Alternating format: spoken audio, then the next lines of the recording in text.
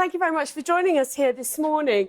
We're very excited to have the government's low carbon bus here today, and it's really great to be able to have the opportunity to talk to you about the climate challenge, what it means for Essex and what we're doing about it.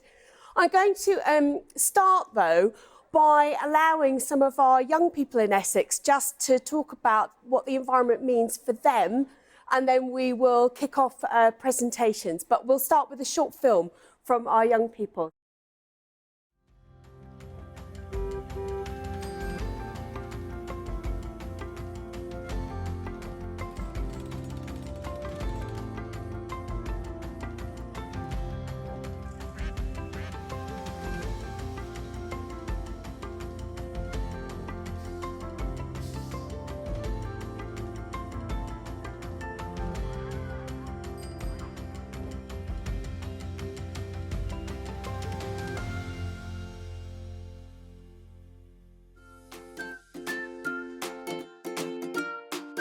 I care about the environment because it's nature and it's part of a human's life. Like, nature was here before us, so it's not, we have no right to destroy it. Well, I like it because I can run around and see animals. If we didn't recycle, then more and more plastic would build up and just go everywhere, would just be everywhere. My favourite part is the animals because I just love animals. And the bugs? Yes, I love bugs. Do you like bugs? Yeah, but they can sometimes get on my nerves a bit. And what would happen if you didn't have nice, clean rain and air and sun? What do you think would happen to all the plants? Probably just all die. My husband always leaves the tap running when he's cleaning his teeth. That's very naughty, isn't it? So I don't do that. No. I'd make this machine that's attached to a boat, and it would be huge. And so the boat sails out into the seas. And then because there's loads of plastic in the seas, the machine gets lowered into the ocean. And then these winds start forming, and it sucks the plastic in. And then the machine gets brought back up and onto the boat. And the plastic gets put into a net. And then they pick out which things could be reused, and the things that couldn't would go to recycling. Or petrol, we can save petrol, can't we, by walking to school? I mean, I walk to school. Or go on a scooter. Every day? Yeah. If they want the planet to be a better place, then they can help save electricity, recycle plastic, and then maybe use electric cars to stop pollution, because one small thing can make a big difference. Thank you very much. So I'm just going to do a very quick introduction to what the climate challenge is for us here in Essex. So next slide, please. It certainly is getting hot. I think those of us that have watched the news over the last few months and seen the terrible fires across Europe and in North America, and indeed actually in the Arctic, can be under no doubt that it is increasingly hot. It's very easy though to think about this as something that affects people far away, in places very, very far away from the UK. But in fact, next slide please, this is something that is really starting to impact the UK too. So we've seen ever hotter summers, and our chances of getting into very, very high temperatures are increasing year on year. So our hotter summers are here to stay, and the chances of getting things like 40-degree heat, which is really unprecedented in the UK, very much more significantly likely now than they ever have been in the past. Hotter summers is not the only challenge. We also are facing more extreme weather and melting sea ice. So this is a picture of what Essex could look like in 2050 with projected sea level changes. You can see there's a really significant challenge for us here. Next slide, please. But actually, coastal flooding, although really, really serious, is not the thing that affects most people in Essex. Actually, it's surface water flooding, where the number of homes at risk of flooding is expected to double between now and 2050. Most of that is from surface water flooding, so that is water that lands on the ground and really doesn't have anywhere to go apart from into our homes or onto our highways. So we work very hard to get that water off our landscape, into pipes, out into the sea as quickly as possible. And then our hot summers roll around and we don't have enough of it. So Essex is also one of the areas which has a real water gap. We have real water scarcity in the summer. We already suffer from drought. And again, this is going to be something that gets worse year on year. Next slide, please. So this has really long-term implications for the quality of our own local environment. So warmer summers mean hotter urban spaces, mean drying out of our landscape, and that means that our county is one of the 3 key areas most at risk from subsidence in the UK. Essex is built on clay, and the British Geological Survey has reported that Essex, North London and bits of Oxfordshire are the areas most at risk of increased subsidence. So we're going to see damage to our highways, damage to our homes, damage to our businesses through these hotter summers. And those more extreme flooding events in the winter mean that our landscape is also going to degrade. We're going to lose soil. And this means that the quality of our agricultural land, which is so important in Essex, where half of Essex is rural, we have a thriving agricultural economy, actually that's very much at risk. The key message here is that climate change is already with us, it's already happening, and it's not something that is far away or distant. It is absolutely affecting us here now today, and those risks are increasing year on year. Next slide, please. In the UK, we have committed to take action to reduce our greenhouse gases. We are legally bound to be a net zero country by 2050. And you can see in this graph here where our greenhouse gas emissions are actually coming from. Just as nationally, transport is our biggest contributor to greenhouse gas emissions. That's even more true for us in Essex, where transport is absolutely the largest share, but we are even a larger share than even nationally. I think it's worth saying, whilst we've made great strides in the UK to cut greenhouse gas emissions, and we really have, the government's committed to hit a 78% reduction by 2035 from our 1990 base, which is where we always measure from. And that means that we have to deliver a real step change in activity over the next decade. And that's actually in line with the science.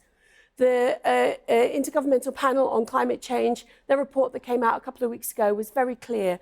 The action in the next few years is critical, absolutely critical. The World Economic Forum is very clear. This is our biggest risk. And actually, all, both international and national government risk registers are very clear that climate change is our biggest risk, dwarfing even things like COVID, which as we come out of the impacts of the past year and a half and the pandemic that we've seen is quite a sobering thought. Next slide, please. So what have we been doing in Essex to really think about and start to tackle this challenge? Essex County Council brought together the Climate Action Commission over a year ago. First meeting was in May 2020. Brought together over 30 commissioners who have given their time and their really extensive range of expertise and experience to really think about the climate challenge for Essex, to gather the evidence about what that means for us, and to put together a plan for what do we need to do here so that we can play our part, so that we can be a net zero county by 2050, in line with government's recommendations, in line with the international calls for action. I can't stress how lucky we've been actually in our commissioners. We have a whole range of academic experts, both from our local universities, but also internationally renowned academics, volunteers from our local businesses, from local stakeholder groups, many, many councillors who've all given their time to really think about this problem from a local perspective. I must call out Toddington, who from GRIDSERVE, who's also one of our commissioners, who's been very generous with his time. Next slide, please. So the Commission have really looked at this and what it means for Essex. And in July this year, they published Net Zero, Making Essex Carbon Neutral. And this sets out a whole suite of recommendations, over 130, of actions that we all need to take to get us from where we are today to a more resilient net zero county by 2050. The focus is on action in the next decade, so 2050 sounds very far away. The Commission report is very clear. Most of the actions need to happen now, need to happen in the next few years. I am not expecting you to read this, but this just gives a flavour for some of the milestones that the Commission have set out for things that we collectively need to tackle. The thing I would say is that this is not something that any one organisation or sector can do on its own.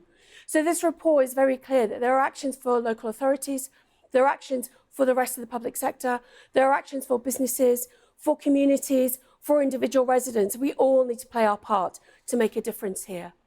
I'm not going to go through 130 recommendations, you'll be delighted to know, but just to pull out some key themes.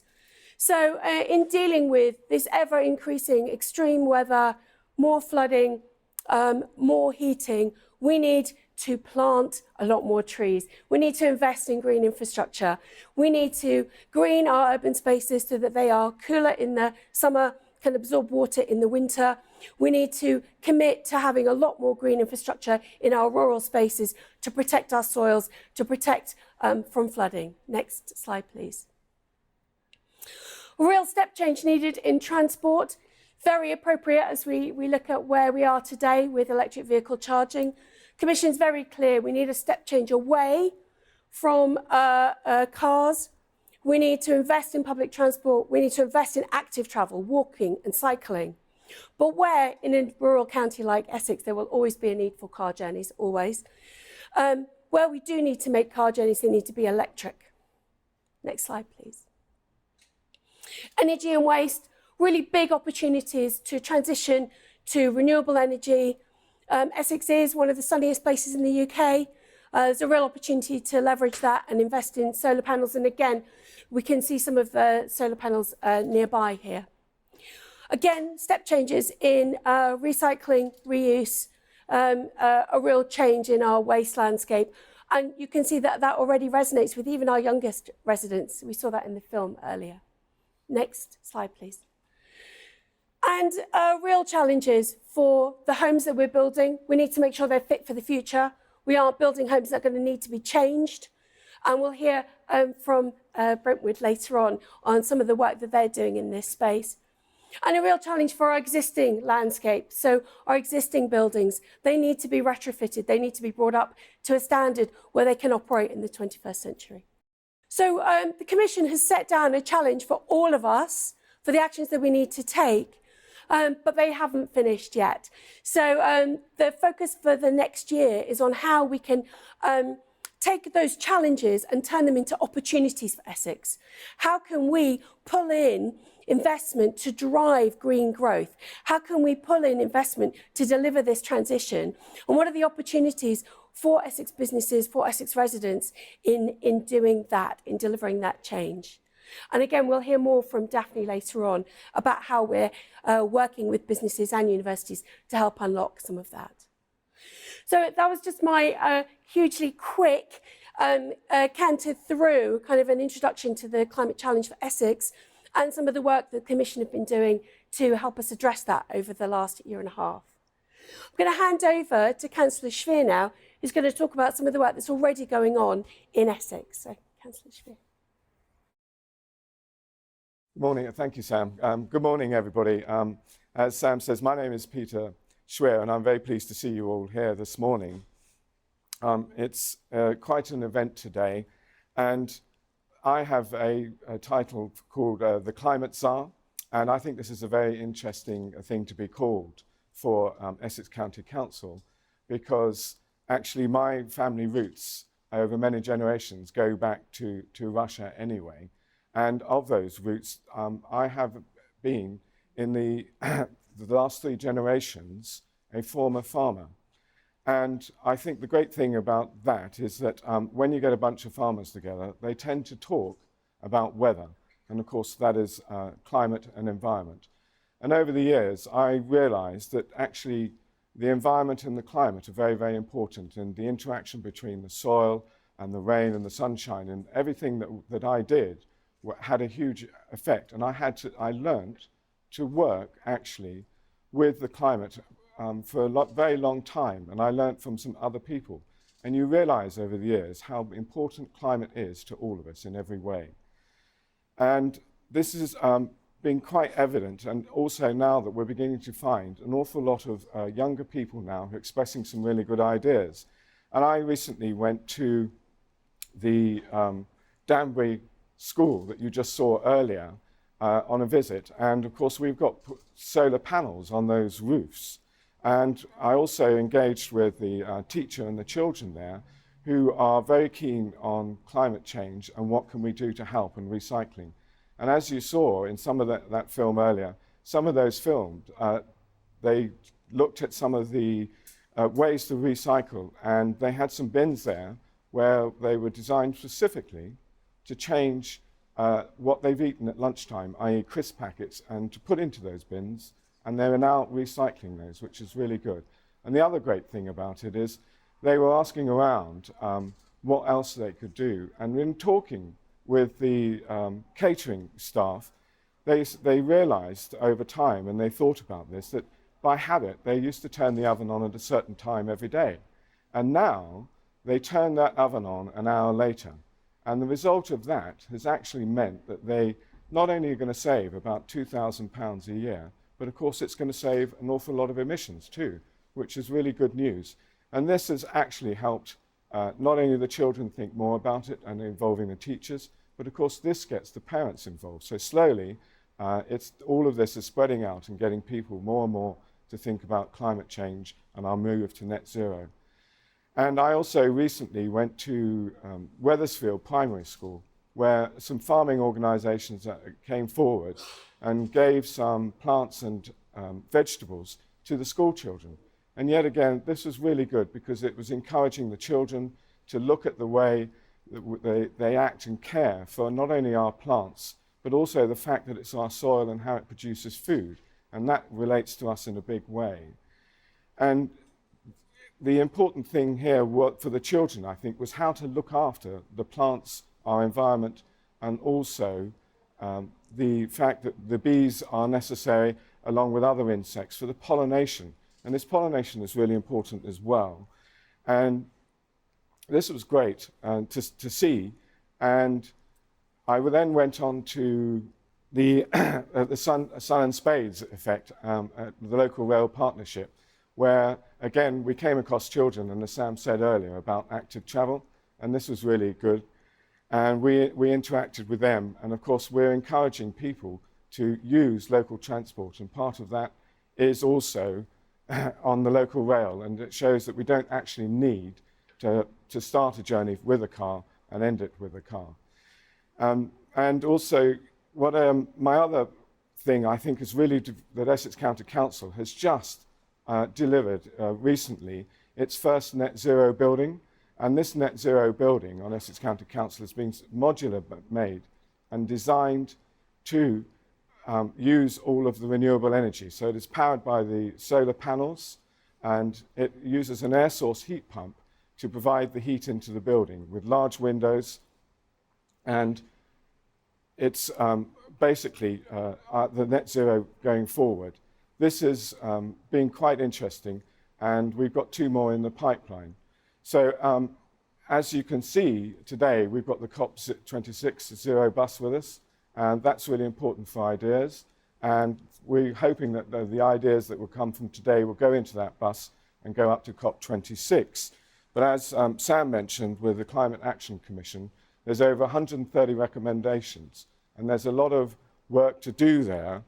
And one of the things that we are really looking at, and has come out of this already, is the Climate Action Fund.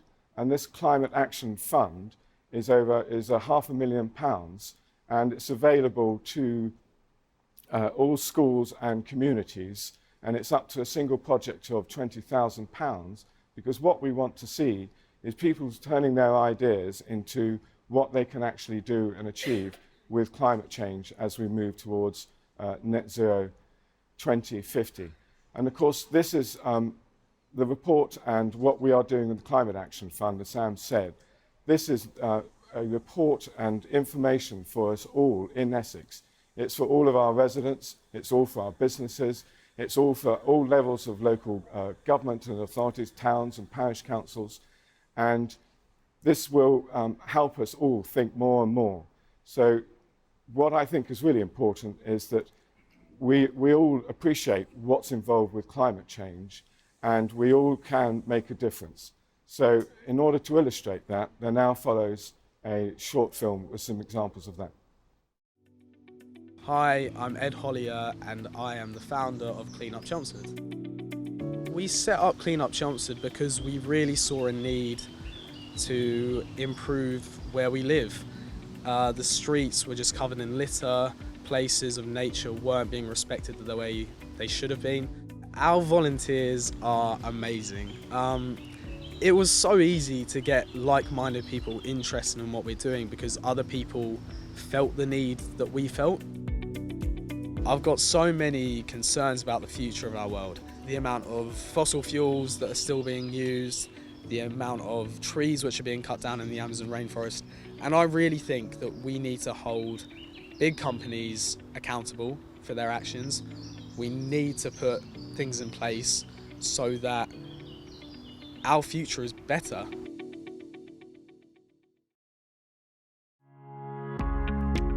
I'm Archie Ruggles-Bryce. I'm the owner and manager of Spain's Hall Estate in Finchingfield. The village of Finchingfield suffers from flooding every few years, and then about every sort of 10 or 20 years we have a really big flood which goes into people's homes, people's businesses, and that's what we're trying to sort out. My role in the project is that I came up with the idea to put beavers to work in North Essex and match their efforts against some man-made things that we're doing in another part of the river catchment. The Essex and Suffolk Rivers Trust and the Essex Wildlife Trust and our local Environment Agency contacts all came together to make the consenting process really easy. Since the beavers have been here, we've seen a massive explosion in the number of dams. They built a dam a week for the first 20 odd weeks, but then they started joining them up, and we see behind us now lots and lots of wetland areas, permanently stored water. So we're recreating a wet woodland habitat which otherwise just wouldn't be here. For us as a farm, climate change is going to be directly impacting us. It already is. We're seeing more rainfall events, we're seeing more drought events, which is making it harder for us to grow the crops and the food. And I think the same is really going to be true of everybody in Essex, from young people to old people. We're going to have to be more resilient. We might have to rely on people like the County Council to help us do that, or our local councils, but everyone's got to accept that things are going to change, and we've got to be ready to work with that change and to try and minimise the impacts of it. I'm Juliet Maxim from Greater Anglia and we're at Braintree Station. Rail travel is the third most sustainable way of transport after cycling and walking. We're getting all new trains, we're replacing every single train on the network, and our new trains are even better for the environment than our existing trains. We encourage people to cycle to the stations. We've got over 10,000 cycle spaces in our cycle parks across the whole network. We're sustainable in everything that we do. Last year, we reduced our carbon emissions by 11%, and we're working with other partners like the Carbon Trust to make improvements this year as well. But it's also about biodiversity. We've got 56 station gardens. They're looked after by our team of adopters. Well, I live in Braintree and have always been involved in the community, and it's such a great community effort and project. It just really appealed to me how I could make that happen for the station. I feel climate change is a problem for everybody in whatever area they live in. I'm worried about my grandchildren, who are all actually pretty good at thinking about what they can do to help the environment. And if everybody did something rather than nothing, it's got to help make things better. Hi, I'm Jo. I work in the floods team at Essex County Council in climate action and mitigation, and I was the lead engineer on this project. We'd had reports of flooding downstream in West Horndon, and we were looking for a suitable area where we could install a flood alleviation scheme. We looked into more formal flood options, but Working in Thorndon Country Park, which is ancient woodland and listed parkland, we had to do something that was sympathetic and natural in the environment. By installing these leaky dams within Thorndon Country Park, we're holding back the water so that it goes into West Horndon at a more controlled rate. We used heavy horses to drag the logs into place. It's all local wood that we used. We've got a rain gauge and we've got flow monitors upstream and downstream of the dams, which are linked to a mobile phone network, and we can view the levels of the water at any time. There's thousands of properties at risk of surface water flooding in Essex, and by installing flood alleviation schemes throughout the county, we're looking to reduce that number. My name's John Davis. I'm retired at the moment, live in Clacton-on-Sea, and I spent 54 years at sea. I bought this house and it's built in the 1930s. I was advised that the upper skin was only single, so each winter my wife and I used to really be cold. My energy bills were going up sky high because I had the heating on all the time. When the government made an announcement to say that they would give a grant out, I was happy to apply for that. To render the walls, they extend it. If the wall was only 5 inches thick, by the time they rendered it, it was 8 inches thick, you know. I will definitely see a vast improvement come winter. Sustainability is a long-term project that we've been doing at Danbury Park. It started 2 years ago, an idea from a group of children who really were concerned about the environment and their future. Each class now has their own project. They are concerned, but they need to know why. And that's why it's important that we develop this long-term teaching approach. So each class in the school now has an area of responsibility. Yeah, I'm very concerned about the future and climate change. It's in the news, it's very topical. Danbury is a wonderful village. We're going to lose that, but we need the children to take it forward. They're the future. My name's John Davis. I'm the head teacher at St John's Primary School in Danbury. The biggest project we have is that the solar panels that Empower have put in for us. That's our biggest thing. But recently we have changed all our lighting to LED lighting. We've had a big roof project and insulation project from Essex County Council as well. Solar panels are fantastic because it means that we're using renewable energy. This county in particular, in Essex, we have so much sunshine that I think Essex could really lead the way amongst the other home counties in driving solar panels forward and moving more towards renewable energy. It's not just about local areas, it's about the whole world and doing our bit. Thank you. I'd just like to introduce now Councillor Graham Butland, who's the leader of Braintree District Council. Good morning, ladies and gentlemen. May I, as the leader of Braintree District Council, welcome you to Braintree District and in particular to Great Notley Parish, which we're in today. I particularly mention Great Notley Parish because it encompasses really everything we're trying to do. Is there anyone in here today who's over 35? Absolutely. Had you have looked out from wherever you were 35 years ago, you would not have seen Great Notley Parish because it did not exist. And what this area, I think, demonstrates is that it is possible to have progress and development whilst at the same time looking at the effects on the environment and protecting the environment. Behind me, we have 2,500 houses, which were under the construction or the lead construction of Countryside Properties. Now, 35 years ago, what we're talking about today didn't actually function in everybody's conversation. But I have to pay tribute to Countryside for the way in which they developed Great Notley, and at the same time from that, we have the Great Notley Country Park, which was built from the spoil, etc., of the development across the road. And within there are lakes, etc., which now are teeming with wildlife. So it's perhaps appropriate that this is the area which I'm delighted to say GRIDSERVE have chosen for the first UK electric forecourt, something which as a district council we're incredibly proud to have within our boundaries, particularly as, of course, the boundary to Chelmsford is just 100 metres that way, and we get on so well with Chelmsford. But also here, you are seeing all around you ways in which we are moving forward. Braintree as a district is green. Not politically, I'm pleased to say, but it is green in its outlook.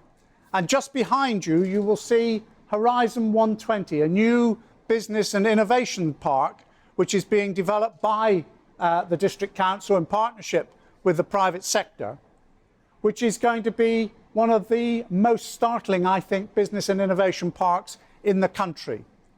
The amount of effort that has gone into planning that to be environmentally friendly.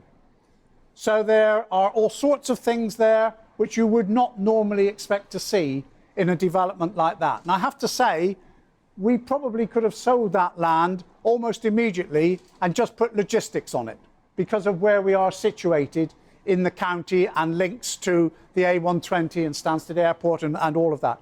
However, that's not what we wanted. We wanted to see a development which would sit in this area, which would provide high-skilled jobs, but also provide an environment in which they could thrive successfully. Also over there is a new habitat over there, which in the far right-hand side, which I walked around yesterday, and is developing. Wildlife already beginning to go there. Wildlife meadows, 300-odd trees planted there, special low-level lighting, absolutely first class. And that's all part of this area here which we're developing. And in the district, not very far away, we have an area called Development with iConstruct, which is looking at how we can improve the whole idea of construction with the latest technology.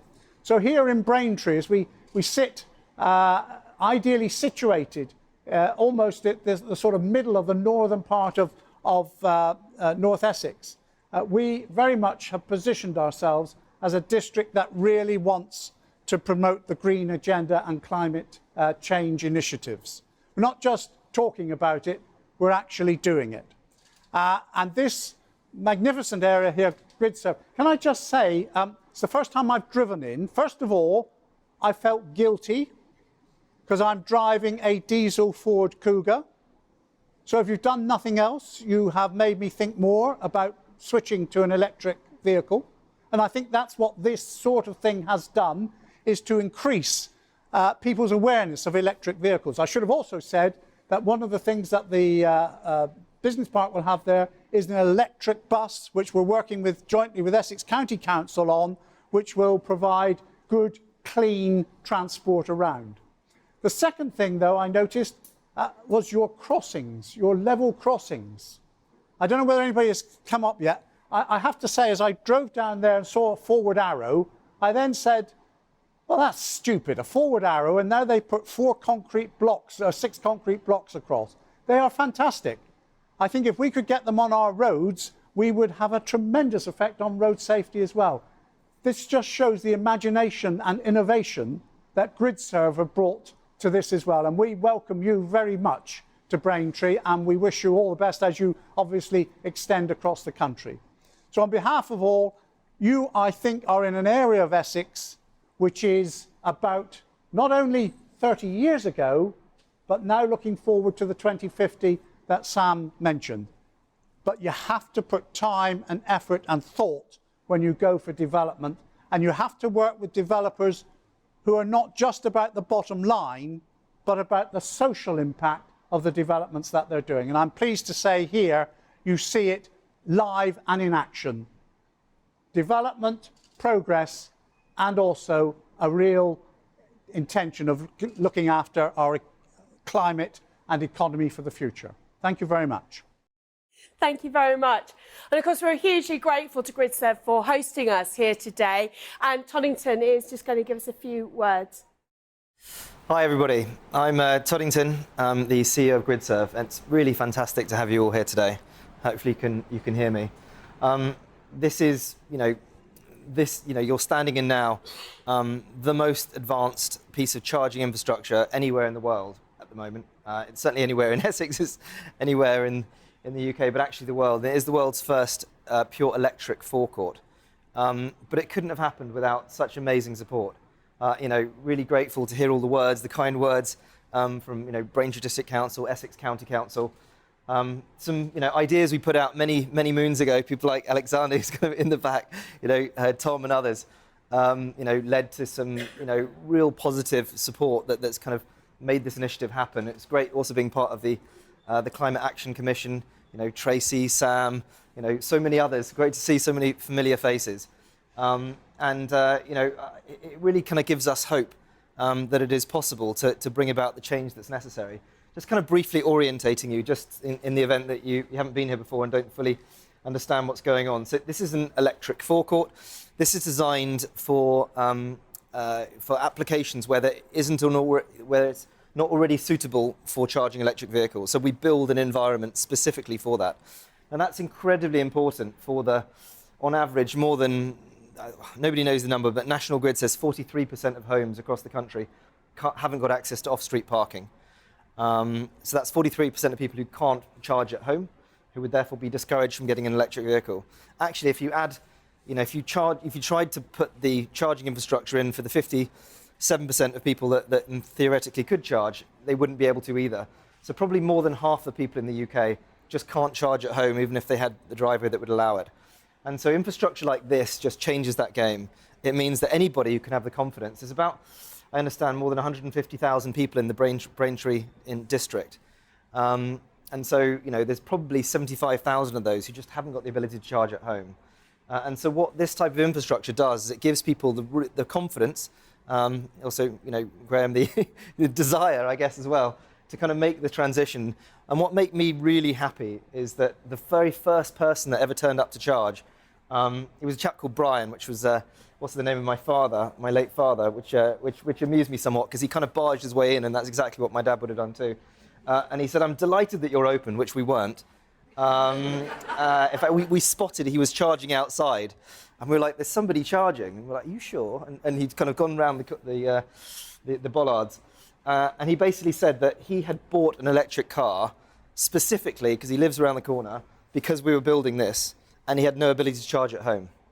And that for us was like a real kind of like moment of brilliant. We're doing something meaningful. We're adding something to the world that actually really helps. There's a number of pieces to what we have here. For those people that don't know, those big kind of green boxes, not the prettiest things, so they've got a cage around them, are large batteries. They can store enough energy to drive around 24-ish thousand miles in an electric vehicle, and they can do that every day. So we're using those batteries to kind of store wind power at night and push it into electric vehicles in the day, or balance solar power, and actually stabilize the grid in the area. The solar panels that we have on the canopy here can harvest enough energy to drive around 800,000 miles a year in an electric car. So that's all the energy needs of around 100 vehicles. But in addition to that, we are twinning it with another solar farm up the road to provide enough energy for 5,000 electric vehicles. There is, as we know, Costa Coffee downstairs, supermarket, WH Smith's, and so on and so forth. So really provide that, facility that somebody can turn up, plug their vehicle in. There's no disadvantages whatsoever to making the transition to electric vehicles. In fact, there's actually advantages, and really we think that's what's needed, because in order to get people over the line to address the challenges that we have, we think it's really important to project a positive message. Give people the confidence to transition because they want to, not just because somebody tells them they should. So if I can just drop onto the next slide. So what are we? What are we all about? Why are we building things like this? So we call ourselves a tech-enabled company, which means we use technology to achieve the goals, which is needed, because there's an exponential problem that we're facing, and technology can allow us to kind of leverage solutions. And our overall purpose as a business is to deliver sustainable energy on such a scale that we can help to move the needle on climate change. So what does that mean? It means that we are on a terrible trajectory.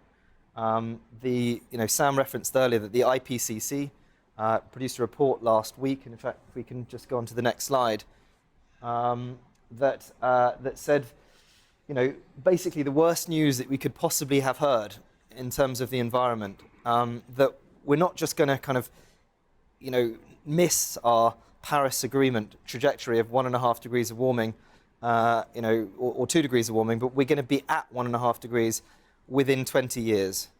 And the only way of avoiding that is if we used to say 10 years, but it's not 10 years, it's 5 years, we put ourselves on a different trajectory, because the carbon that goes into the atmosphere every day is going to have a warming effect.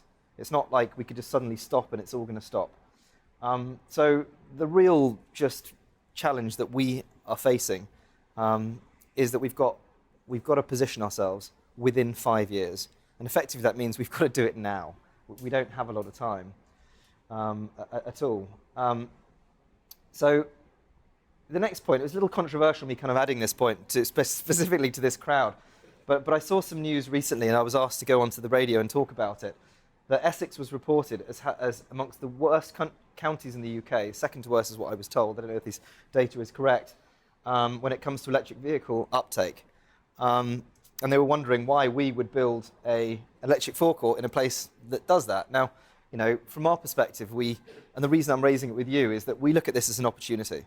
You know, and I'm actually kind of raising this point to kind of throw out the gauntlet. You know, if you have turned up, and you made it easy for me, Graham, if you had turned up in a diesel or a petrol car today, then please, you know, let's just be the change, be the difference.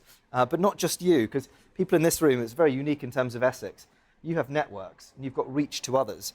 You know, what can you do? What can we all do to ensure that we both make the transition now, but also we use the networks and the influences that we have to kind of give everybody else, the incentive and encouragement to make the transition.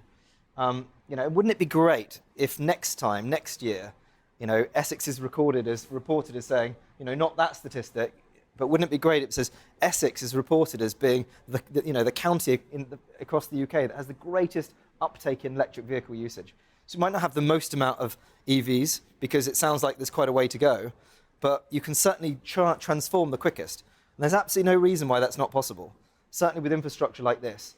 But beyond all of that, and I guess this is the point that gives me real hope, that addressing these challenges, it can be done. Whilst 5 years is a very daunting number, at least we have 5 years. Nobody else is going to have that opportunity that we have. And this is on our watch, so it's your responsibility, it's my responsibility. It's not my kid's responsibility. My oldest girl is 6 years old. She can't do anything about it. But that kind of puts it in perspective. So this is on our watch. If we're going to sort this out, it's down to us collectively to kind of deliver the change. And the good news is that the reason I believe it's possible, and I've been working at this for a long time, I've been to a lot of climate change events, well before the Paris Agreement. I was at events in Copenhagen and Poland and so on and so forth. But at that period in time, it was more expensive to make the transition to clean energy. It was a really difficult thing to do because it was going to cost huge amounts of money. But the good news is that so many of the solutions that are available are completely free, like walking, as has been mentioned. They can be very low cost, like cycling. But actually electric vehicles, which is obviously what we're focused on as well, has also transformed. So the total costs of leasing a new electric vehicle today are less than petrol and diesel. Now, I know everyone doesn't get a new electric car and can't necessarily get a new car in total, but if you were going to get one, if you say it's going to cost me X to lease it, and I also include the cost of running that, which is low cost, and we can guarantee that because we make it, and we make it from clean energy, then on a monthly basis, it's going to cost you less than petrol and diesel. And that's a pretty good incentive that will get people moving. And even if they don't want to buy and have the ability or desire to buy a new electric vehicle or lease a new electric vehicle, there's now a really big second-hand market that's springing up for pretty low cost, in fact, very low cost electric vehicles too. So if you buy a low-cost electric vehicle from the second-hand market and you use very low-cost energy to run it, then it's going to cost you a lot less than petrol and diesel. And that, I think, is going to get people out of bed. That, I think, is really going to give us the confidence to do it. So, really, I guess the overall message is we've built this with the great support of so many of you. It's been hopefully see this as a beacon of hope. If it is, if it's what causes you kind of motivation to great, let that be the case. What we need to do now is we need to grasp the nettle. We need to do it. That's why we use the word deliver a lot. Because the time for talking is done. We have a very small window of time to sort out the biggest challenge the people have ever faced. Is anything more important than the future of our planet? Is it? And has anybody ever had an opportunity that's more important to do something about it than we do today, which will be gone in a very small amount of time? I personally don't believe so. and therefore it's up to us to deliver, which we symbolise as #deliver.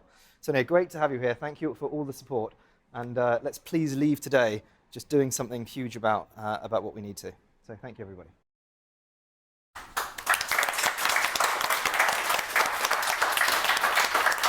Thank you very much, Toddington. I'm going to introduce Daphne now, who is going to talk to us about the Net Zero Innovation Network and how we can unlock even more innovation and investment in Essex. So, Daphne. Morning, everyone. I'm going to give you an opportunity at the end of speaking to you to do something transformational. So bear with me. I'll reveal it at the end. So I'm going to talk to you about the Net Zero Innovation Network. Thank you to Toddington for, I need to give you a fiver later, for giving me the cue to talk about everyone doing something. This was formed out of a concept that everyone can do something. Next slide, please, Seb. Thank you. So the network is a true network. We want to bring together the community, the public sector, so I'm from Essex County Council, but also education authorities, developers, businesses, energy suppliers and others to create partnerships to maximise the appetite for innovation. And I want to be really clear, innovation is not just new stuff. It's doing stuff in a new way. So you don't have to really reinvent anything, but you just have to think creatively. And that's what this network is going to enable us to do. We want to spark those partnerships, work across sectors and work differently around innovation to support the move to net zero that we've all been talking about this morning, that really important transition that we need to make. Next slide, please, Seb. So how are we doing it? So our aim is to build the foundation for partnership working, and today is a really good example of that. Look at the variety of people that we've got in the room now, all thinking about net zero, all thinking about what they can do. Enable project delivery. So again, Toddington spoke about delivery. Now is the time to do something. And this network will enable us to coalesce around actually doing something, real deliverable projects. We'll report on it, we'll evaluate it. We want to know if what we're doing is effective and we can continue doing it, or it isn't and we need to do something differently. We'll spark off next projects and we'll disseminate the next steps. So we'll share our learning with everyone and we'll help spread that good practice throughout. Next, please, Seb. So progress so far, what have we actually done? So we've established task and finish groups, small, discrete groups of people to really focus on that delivery. It's really hard. I was having a conversation with a gentleman from GRIDSERVE earlier. It's hard in a group of 100 to galvanise around action. So we've got smaller, discrete groups, deciding what we're going to do on the important themes emerging from the Climate Action Commission that Sam already alluded to. That really important work is going to need delivery and we're going to need to innovate in how we do it. So we've got 4 themes. We've got built environment, waste management, sustainable transport, here we are, and energy, and we'll be talking about energy later on. And the groups are exploring the potential to work together across businesses, academia, with our communities, with others, to deliver on that very thing. So the groups have continued to collaborate. We've held workshopping events. We've got the task and finish groups, and we're responding to challenges with further outreach. And this is a key part of that. We want people to know about the work that we're doing. We've distributed a newsletter, and if anyone's interested in our newsletter, please speak to Loretta in my team. And she can give you a copy of the newsletter based on each of the themes every month. We want to shout about what is working, who's doing what, is it working well, can we share good practice? It's really important that we tell everyone about that work. We're focusing on the built environment and we've encouraged some of that work today, and we're going to be hearing from a colleague at Brentwood about some of the excellent work that they've been doing. Next slide, please, Seb. But there are other case studies elsewhere that we're also working with around the task and finish groups. If we think about innovation and we think about what we want to do, I promised you that we can all do something. Can everyone please eat a pastry? On a serious note, if we all think about our own imprint, if we all think about what we do, if everyone just eats something, we'll have no food waste. That's an impact right there. So everyone can leave today saying, I did something. Thank you very much. Thank you. Thank you, Daphne. Paulette is going to join us now and talk to us about some of the very exciting building work that's been going on in Brentwood. Thank you, Sam. Good morning, everybody. Yes, Paulette McAllister from Brentwood Borough Council. Really delighted to be here. It's a very inspirational morning, lots on delivery and collaborative working. But I just want to share with you a little bit about what we're doing at Brentwood in terms of the built environment. We have a programme of affordable homes, so that's new council stock, which is built through the Housing Revenue Account. So this is not a commercial arm of the council. This is the council building new homes for the first time in over 50 years at pace, and they're zero carbon in use. So very important to be here following transportation as well. First slide, please. I just want to say, I'm grabbing hold of this. So page 40, thank you to our colleagues in Essex and to the Commission for including us as a case study. The project, which is part of the pipeline, is Brookfield Close, which is in Hutton. And I'm just going to give you a few facts on that. I know we haven't got a great deal of time, but if we look on the next slide, this site in Brentwood is one of a number of post-war estates. So lots of districts have them. The stock is tired, variety of typologies. We've got some sheltered bungalows. We've got some two-storey houses. And we've also got a block called Courage Court. And what we're proposing to do, and I'm pleased to say we got planning permission secured in July, so not that long ago, is we are demolishing the buildings on the site, with the exception of Courage Court, and they're being replaced by 62 zero carbon in use homes. Now, Courage Court, we did look at initially in our viability, demolishing that and rebuilding a block as well. But as with all things, we're looking at the carbon footprint, and we're looking in terms of embodied carbon as well. And we took a decision quite early on to retain Courage Court and to basically do an NFIT. So we retain the slab and part of the superstructure, and then we recreate the block, add another story, create winter gardens, so that every resident there is going to have access to private amenity, as well as really important outdoor space. 70% affordable. We do have some open market sales as well, but the split is 86% affordable rent. So this is really important, and I will come on to the sort of social return on investment in a moment. As with lots of council estates, there are some right to buys there, and the council will be doing a buyback of those properties, and we're just in discussions at the moment with all households about this. So if we go on to the next slide, just want to quickly say that we only started this a year ago. Pretty much September 2020 was when we appointed our technical partner, the Norse Group, and went through a series of community stakeholder events throughout COVID, so not easy to do, but we did manage to engage with the residents, and there's been dedicated helplines and support right from the beginning, right through pre-application, application, and now where we are, which is in the regeneration offer. And that's a really important piece for us as a council, because this site at Brookfield is very different to the rest of the sites within the programme, because it's occupied and people are living here. This is their home. One resident that we have has lived there since the development was built. She's quite elderly, but she remembers being one of the first occupiers of the estate. So as a local authority, we have to work very carefully with residents, but we also need to look at providing new homes that are fit for purpose, that actually exceed the technical space standards. And we do work very closely with our partners at Place Services, Essex County Council, and make use of the Essex Quality Review Panel so that we can get some scrutiny and peer-to-peer learning as well. Next slide, please. So resident engagement. So on the left, that's where we are at the moment. That's the regeneration offer. And you've got a visual there of Courage Court after its NFIT. But just taking you through just some of these images here, the site at the moment has abandoned sheltered housing. It's got some derelict garages. And whilst we've talked to all of the residents and households who are directly affected, we've also talked to the residents in the wider context, and we've included with that schools and other stakeholders, because it's really important to us. And I was delighted to see the video again of the young people. But that young people, and there are education programmes in parallel with this, because we do need to hear what they think, what they want, because this is their future environment as well.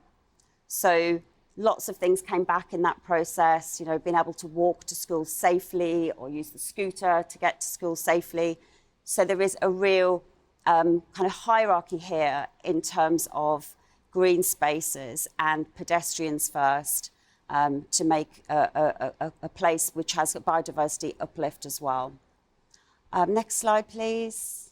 Okay, this is the piece for me that I'm finding, you know, I get so much joy in doing this, but this is a parallel piece. So I'm not going to stand here and tell you that to produce a scheme that is above building regs, it is easy to do from a viability point of view. Yes, to do this programme, a zero carbon is more expensive. However, we're not just looking at a quick turnaround of development, we're looking at long-term governance and stewardship. And we're also looking at the social impact on our residents and their health and well-being. So in parallel to the development viability, there is also a piece of work on social return on investment where we are quantifying the impact and benchmarking the impact of this development with the occupiers. So, for example, at the moment we have gone around, and it's a specialist team from Art Consultancy, interviewing all of the households, finding out about them, finding out about their lifestyle, their health, their work, their environment, and following them through this process, because they do have a right to return. And when they do go back, we'll hopefully be able to update you on the findings of that. But what I would say is that the estimated saving or costs for each household on this zero carbon estate, so their fuel costs per year will be less than £100. So that goes some way to addressing fuel poverty. And another fact, which I haven't got on there, but I will share with you, for every pound spent in construction on zero carbon, it's a direct saving to the NHS of 40p. So this is not just about Brentwood and Brentwood Council's viability. This is us looking more holistically and widely in terms of the health and well-being of our residents. Final slide. I think I've got some visuals. Yes, I have. So image on the left, you can see the red line. That's the development superimposed into the environs of Hutton. You've got a mix of typologies. We really are using that orientation south-facing so we can get the solar gain. We've got Courage Court, which is the block to the far left, and other blocks to the right. So this is a whole mix of sizes from 2 beds to 3 beds, 4 beds as well. And this is just a little image here of some of the houses. And we've really been looking, I mean, it was a fabric-first approach, but really looking at the materials and the specification, because ultimately this is going to go into, this is a whole programme of council stock. So we have to look at the long-term maintenance and how we're going to deal with that, because these are smart homes. We haven't had smart homes, council homes, ever in our portfolio. It was mentioned earlier on one of the films you probably saw about this surface water issues. Just on a final note, just to say that, you know, this area is not in a flood zone, but through our engagement with residents, there is localised flooding. So we have worked very closely with the team at Essex, and there are above ground features, swales and so forth, to really kind of mitigate what could potentially happen in the future. So future-proofing, looking at place, looking at health and well-being of residents. And this is one in a series. So hopefully there will be more that we can share with you next year, as we're going into planning again in November for the next tranche of sites. That is all from me. I have got a final slide with our contact details, and if there's anyone who wants to share any of our learning, we'd be pleased to speak with you. Thank you very much. Thank you very much, Paulette. And then finally, very pleased to introduce Councillor Kevin Bentley, who's leader of Essex County Council. Thank you very much indeed. Now, ladies and gentlemen, I know what you're thinking. It's now 10:15. Here's another politician. This must be some form of punishment for me this morning. But the reason we're here is because we want to show you and demonstrate to you just how important this is on the political agenda.